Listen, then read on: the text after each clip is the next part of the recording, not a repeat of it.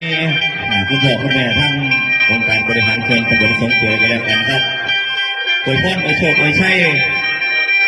ปีใหม่ของไทยห้อเนาะโอ้ยว่าปีปีเราถอยลอยเขื่อนเข้ามาเยือนคือปีใหม่มา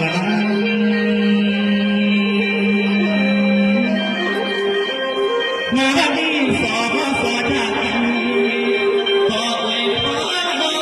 ส่งโอ้ยในปีให้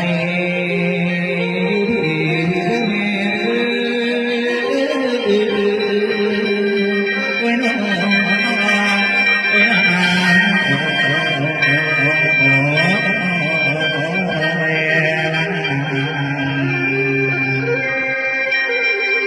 ในวาระดีปีใหม่มาว่ามีสิบกว่าก้าวเป็นทั้งก่อนขออวยพรเป็นใจน้ำตาส่งไปถึงทานอธิษฐานยึดมันปฏิพัฒน์ที่สูงทรงใจประสงค์ต่อตั้งหวังให้ไม่ซอยสู้วาสา